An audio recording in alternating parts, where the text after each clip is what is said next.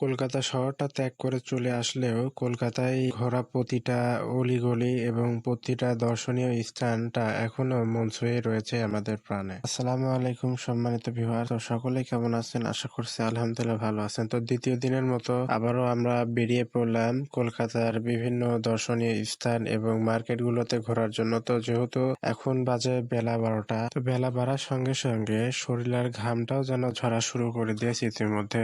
যেহেতু ভিন্ন দেশ, তো ওয়েদারটা সেট খাওয়ারও একটা ব্যাপার রয়েছে এখানে, সেই জন্য একটু জিরিয়ে নেওয়া। তো এখানে দেখতে পেলাম লেবুর শরবত, তো সেখানে সবাই মিলে লেবুর শরবতটা খেয়ে নিলাম। তবে সব মিলিয়ে লেবুর শরবতটা একদম ঠিকঠাকই ছিল, কিন্তু আমাদের দেশেও 10 টাকা, সেখানেও 10 টাকা দাম ছিল। বাংলাদেশে টাকার মানটা কনভার্ট করলে হয়তো 15 টাকারই কাছাকাছি কিছু একটা হবে। তো আমরা বেরিয়েছিলাম নিউ মার্কেটের এরিয়ার দিকে। তো যেহেতু আজকে সানডে, তো সেই জন্য আজকে বন্ধের দিন। আর এখন যেহেতু দুপুর টাইম, সেজন্য আমরা দুপুরের খাওয়া দাওয়া সেরে নিয়ে ভিক্টোরিয়া মেমোরিয়ালের দিকে রওনা হয়ে গিয়েছিলাম। আমরা যেহেতু রুম নিয়েছিলাম মার্কুইস স্টেটে, তো এখান থেকে ভিক্টোরিয়া মেমোরিয়ালের ভাড়া ছিল ট্যাক্সি করে 150 টাকা। আর যেহেতু আমরা এখন আছি কলকাতার শহরে, তো এখানে বাংলাদেশের টাকার হিসাব করে খুব একটা ফায়দা হবে না, যেহেতু ভিন্ন দেশ, ভিন্ন সকল কিছু, এ দেশের কারেন্সিও ভিন্ন। এখানে আপনাদের 3 বেলা খাবার জন্য প্রায় 300 টাকা গুনলে আপনারা ভালোভাবে খাওয়া দাওয়া করতে পারবেন। এখানে অনেকগুলো মুসলিম হোটেল আছে, তার মধ্যে আপনার মির্জা গালিব স্টেটে আব্দুল খালেক হোটেলে বিখ্যাত বা জনপ্রিয় বলে বাংলাদেশের মানুষের কাছে পরিচিত। এইখানকার রাস্তাগুলো ছিল ভিন্ন।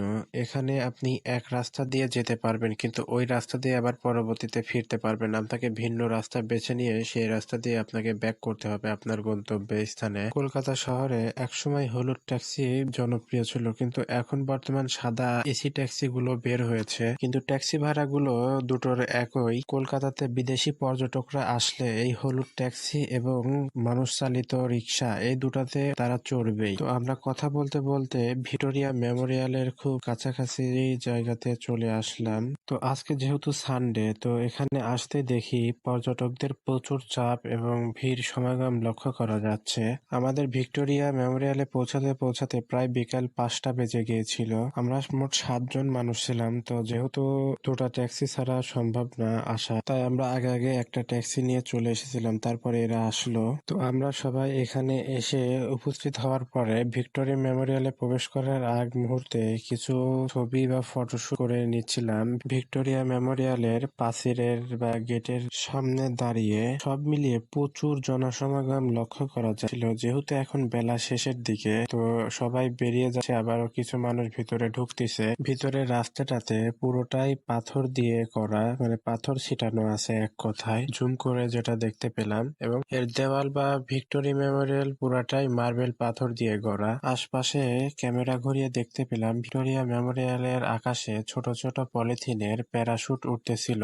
ভিক্টোরিয়া মেমোরিয়ালের টিকিটের প্রবেশ মূল্য ছিল 2 রকমের, বিদেশিদের জন্য 500 টাকা এবং দেশি পর্যটকদের জন্য 30 টাকা। তো আমরা খুব বেশি দেরি না করে টিকিট ক্রয় করে ভিতরে প্রবেশ করি, যেহেতু বেলা শেষের দিকে। তো ক্যামেরা ঘোরাতে দেখি এক বিহারি ভাই, তাকে ক্যামেরা বন্দি করে নিলাম। যেমন তার পোশাক আশাক, তেমনি বড় তার এক বড় তরবারি। সে যেন এক যুদ্ধ বেশে আমাদের সামনে এসে হাজির। পরবর্তীতে আমরা সামনের দিকে এগিয়ে যাই। তো ভিক্টোরিয়া মেমোরিয়াল কলকাতার বিখ্যাত গড়ের মাঠের দক্ষিণ প্রান্তে অবস্থিত এক স্মৃতি ভবন। 1901 সালের 94 বছর বয়সী মহারানী ভিক্টোরিয়াতে মারা যাওয়ার পর তার স্মৃতির উদ্দেশ্যে সাদা মার্বেল পাথরের এই ভবনটি নির্মিত হয়। লর্ড কার্জন এই স্মৃতিসৌধটি নির্মাণের পরিকল্পনা করেন। তার এই পরিকল্পনা নির্মাণের মধ্যে অন্তর্ভুক্ত ছিল বিশাল বাগিচার মাঝে একটি সৌধ এবং সেই সাথে ভারতের ব্রিটিশ শাসনের স্মৃতিবাহী নানা সামগ্রী সমৃদ্ধ একটি জাদুঘর নির্মাণ। ইতিমধ্যেই সন্ধ্যাকালীন সকল বাতি জ্বালিয়ে দেওয়া হয়েছে।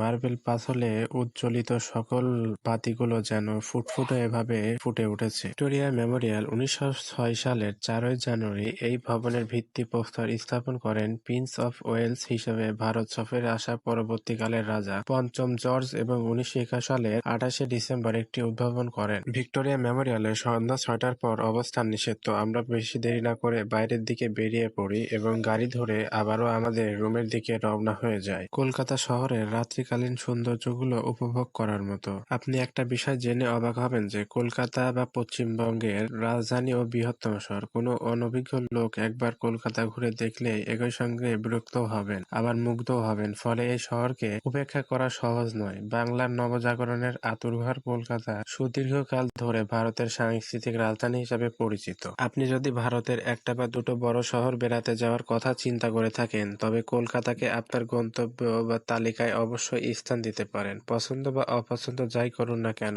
নিশ্চিতভাবে বলা যায় এই আনন্দ নগরীকে আপনি মন থেকে মুছে ফেলতে পারবেন না। তো সবে কেবলমাত্র আমাদের কলকাতা ঘোরার দ্বিতীয় দিন হয়েছে। ইনশাল্লাহ তৃতীয় দিন এবং চতুর্থ পঞ্চম দিনের ভিডিও আপনারা দেখতে পাবেন। তো পরবর্তী ভিডিওগুলো পেতে চাইলে অবশ্যই আমার চ্যানেলটাকে ফলো এবং সাবস্ক্রাইব করে আমার সঙ্গেই থাকার চেষ্টা করবেন এবং নিজে ভালো থাকবেন এবং অপরকে ভালো রাখবেন। খোদা হাফেজ।